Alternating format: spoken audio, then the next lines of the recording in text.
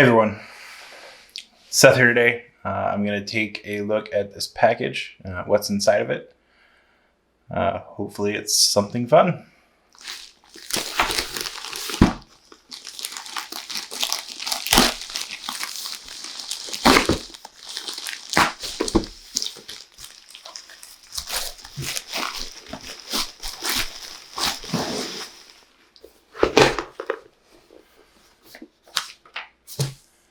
Hey, look at that.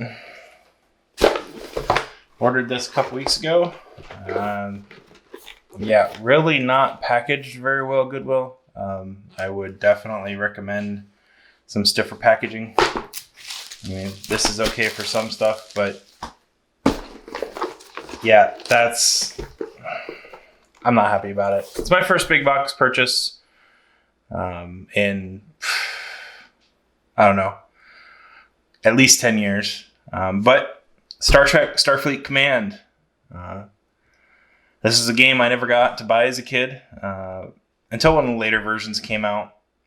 But this was always on my wish list. It's a game by 14 Degrees and Quicksilver Games, the former of which made awesome games such as Fallout Tactics, in my humble opinion. I know lots of people have a problem with that game. And Star Trek New Worlds, which I feel a lot of people loved. Great RTS. Both of which I remember fondly. I felt they were great games. And unfortunately, 14 Degrees didn't last past 2002. Their last release was a boxed package version of Fallout called Fallout Radioactive. I haven't done much research into that, but I think it's Fallout 1, Fallout 2. Correct me in the comments if I'm wrong. The latter went on to make quite a few games that weren't as big a hit as Starfleet Command, but games I'm sure people have heard of, Masters of Orion 3, and one I never heard of until I actually started researching for this, Star Trek Tactical Assault, which was on DS and PSP. Just added to my list of games to review, and it looks okay. The graphics are super great, but they're handhelds. The DS version looks really cool with the bottom screen, touchscreen. But, sticker. Oh, it's just tape. And it's basic Scotch. Good. Box isn't in greatest condition, but I don't want to make it worse. But this game was published by Interplay, which was one of my favorite publishers back in the day. They published games such as Baldur's Gate, Earthworm Jim, and even Planescape Torment. Many that are sitting on my playlist as I record this. As I said before, this was my first big box purchase in over 10 years. Really unfortunate that it's beat up, but let's see what's inside.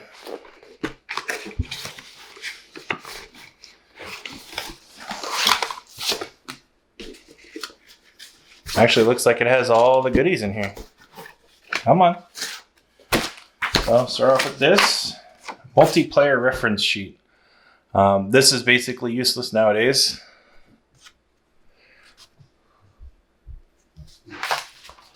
Dynaverse has been shut down, unfortunately.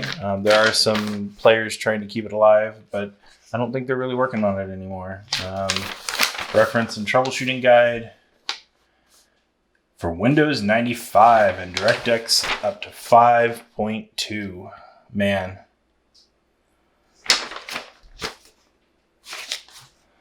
Makes me feel a little old. Oh, and the case is a little... It's not busted. It just came off its thing. Nope, it's busted. Dang it. Let's see if the disc is in any better condition. Looks like it was floating. Well, no, not bad. I don't see any major scratches. And this is the Gold Edition. This is not the original. Gold Edition came with a bunch of extra missions. Oh, there's something in the sleeve.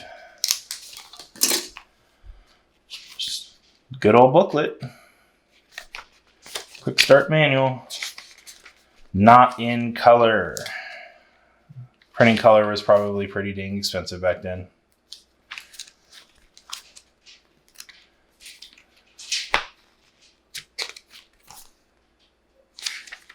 Doesn't look like it gives any single player details, but it is a quick reference guide for combat.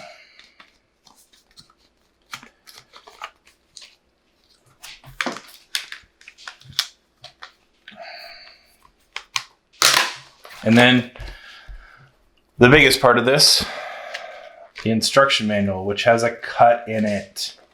No. But lots of cool little details. I remember finding one of these in a thrift store somewhere as a kid and buying it and just reading it and wanting to play the game. I think I got it for $1. Goes over literally everything. Damage tables. Oh man. Remember when games used to come with those? That's not the case anymore. So,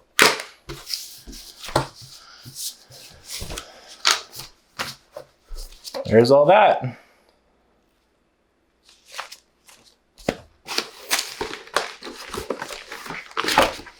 In Starfleet Command, you get to play as any of the 6 races: Federation, Klingon, Gorn, Romulan, Hydran, or Lyran. I've only ever played as the Federation and Klingon though, so I'll have to play as the other races and see what real differences there are. I haven't had a lot of time with this game just yet. They all do have their own unique weapons, and they play slightly different than each other. They're essentially the same in this version of the game. Starfleet Command does have 3 modes of gameplay. You get Campaign. This is the starting page. Go over that here in a little bit. Skirmish, which is like any other skirmish mode. This is the good old game version, so I'm not sure how the multiplayer works out, but multiplayer is basically skirmish mode, but for other people. Well, it looks like it is like the original, and player's dead, so... The game itself is set in the General War period of the Starfleet Battles timeline. I don't know much Trek lore from this period, but from what I do understand, it's just a period when everyone basically wanted to kill each other and take each other's stuff. It's pretty par for the course for really any Star Trek game where there's combat, because Star Trek is generally a peaceful show unless it's with Romulans, or Klingons are okay, you know, that kind of thing. But if there's no conflict, then there's no video games. And I think that's what they were really going for with Star Trek DS9. I think they did make a couple games off of that, but ultimately just didn't go anywhere. The release of this game is widely considered to be the beginning of the golden age for Star Trek licensed games. It lasted 3 years, from 1999 to 2001, until the point at which Interplay bowed out of the Star Trek franchise and Activision took over. I personally noticed that as well. The Activision games came pretty fast and furious for I think like a year, and they were all basically rehashes of the same crap formula. There were 3 sequels to this: Starfleet Command 2, Starfleet Command 2 Orion Pirates, and Starfleet Command 3. I do plan to do videos on all of these. I'm probably going to combine Starfleet Command 2 and Starfleet Command 2 Orion Pirates. I always felt Orion Pirates is more of an expansion than a direct sequel or an actual game, even though it was standalone. The game that I started playing on was Starfleet Command 3, so a lot of the features that I really liked in that one, which I'll go over in that video, but they don't exist in this game. I think to its benefit, it got a lot of people hooked on the idea of Starfleet Command and the idea of how you play this real-time tactical combat, which I still think is pretty unique. With all that out of the way, let's get into the gameplay. I'm actually going to choose Orion, I think this is, and try and campaign here because I haven't played this before. So I typically always choose late era. I don't know, I just like it. Wow, delete makes square box. Starbase tour, huh?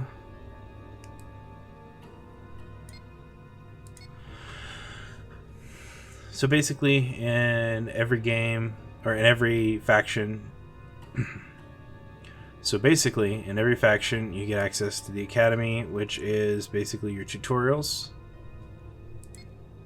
ranks and medals, which I always thought was really cool. I haven't gotten to this feature yet. I think you can get more ships or maybe better, I don't know, better stuff, maybe quicker prestige gain. I'm not sure. I'm gonna figure this one out, and maybe I'll edit the video. But recruiting office, this is where you choose your officers for your different ships over here. Right off the bat, you can usually get one higher spec officer, but I've noticed after 3 to 6 battles, these all get veteran status anyways. But that's because of the shipyard. This is where you buy ships. So you can basically buy 3 ships, upgrade them. There's some retrofit. You obviously repair, trade in. The reason why your crew level is so fast is when you choose a new ship, you get a new crew. And they expect you to do that pretty often.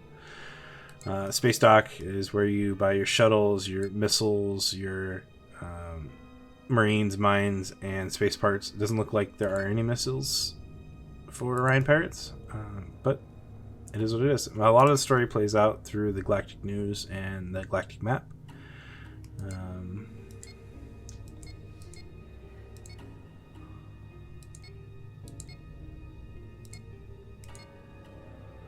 And look at the race info here. Apparently, set course. I haven't dealt with this yet. A little curious as to what set course does. Oh! Okay, so you do get to move between sections here.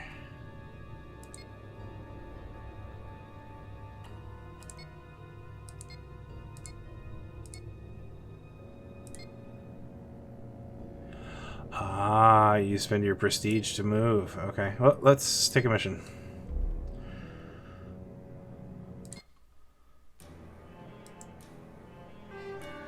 So, first things first, find a ship. Oh, red alert.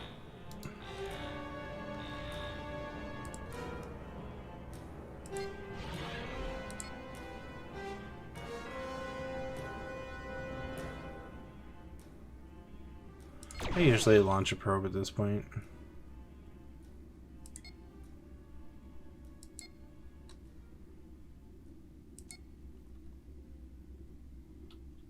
Oh yeah, let's turn on. These are my tractor defenses. My point defense is already on. Show all weapons. I want this is 2, not 3. Not 3, not 3. This is... Actually, I want this is 2. I want this is 4. There's 3, sorry. So, 1, 2, 3.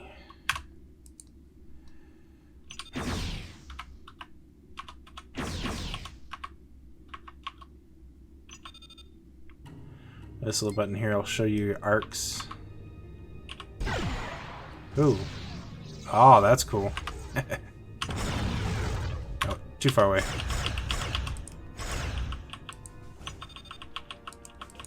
Definitely a forward shield-based craft.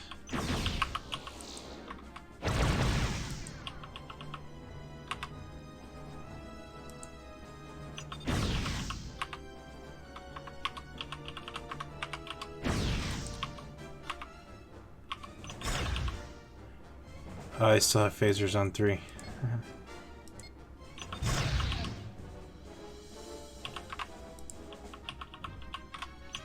Oh crap, my shield is around. Wow, this guy has really got me.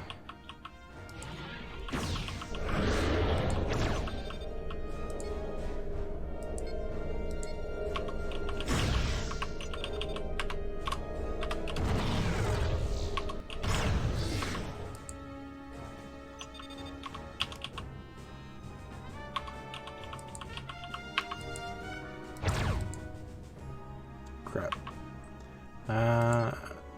Let's see if I can make this one. Let's speed up a little bit.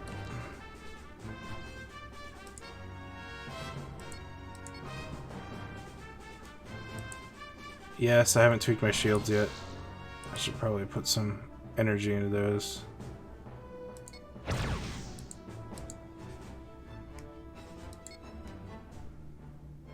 Hello.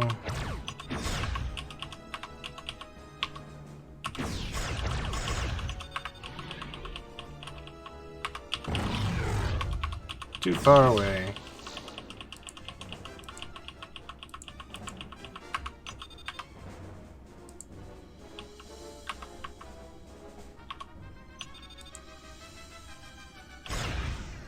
Damn it.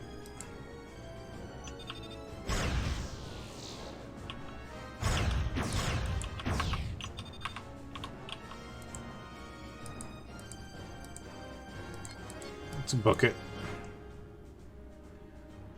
Reinforce rear.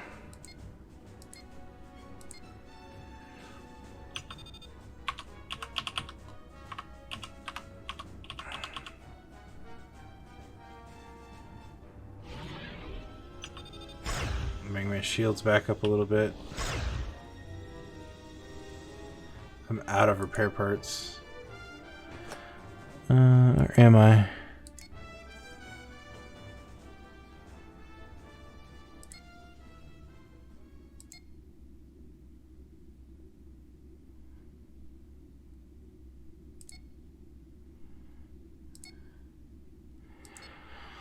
Let's repair my engines.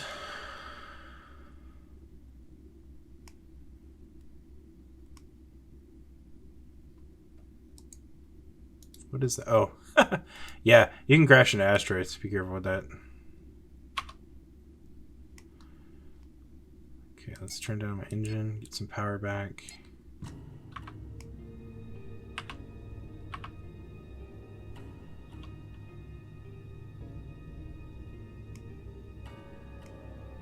Now let's turn off the reinforce.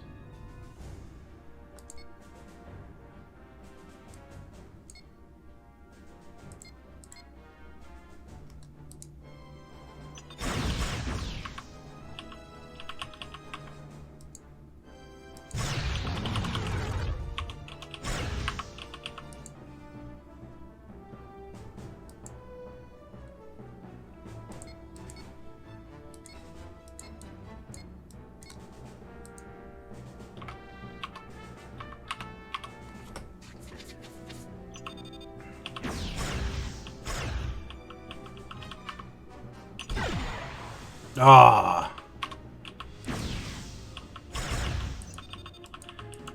Keep my ship angled.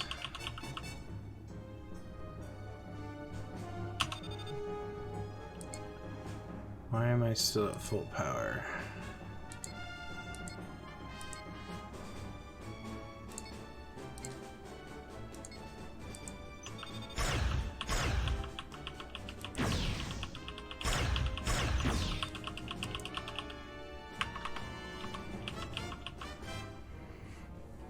Speed up a little bit.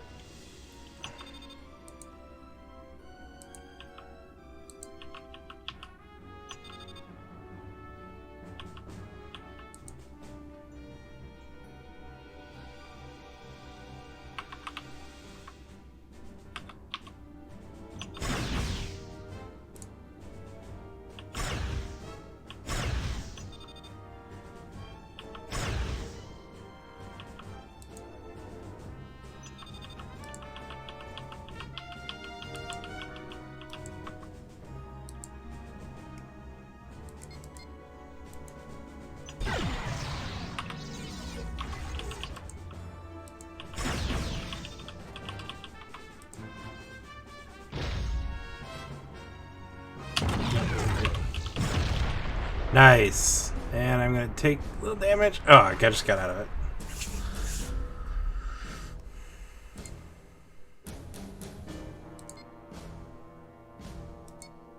So, that was a mission. I felt went pretty well. But it was definitely different, more different than playing Federation.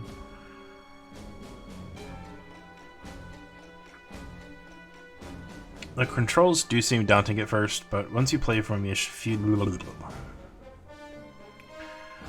controls do seem daunting at first, but once you play a few missions and learn what all the buttons do, it does become pretty simple. I use the mouse to do pretty much everything. There are bound key commands, but for me it takes a bit of time with the game to get them all memorized and build any muscle memory. I do remember playing later titles with mostly the keyboard for control of my systems. I do remember playing later titles with mostly the keyboard for control of my systems. One thing I rely heavily on is the number keys to create fire groups, just like you saw there, to ensure I only use certain weapons in certain situations, like photons when their shields are down. You do start a campaign with a random low-power starting ship. As you play missions, you get prestige, and you can upgrade it and buy newer ships, just like you see here in the shipyard. When you do have a fleet, you can directly control one ship. But when you are in a fleet and you have more than one ship, you do get direct control over your individual ships, but only one at a time. So there's a fleet tactics tab. It's not the best, but for the time period in which this game was made, I feel it's more than adequate. But there's my review of Starfleet Command.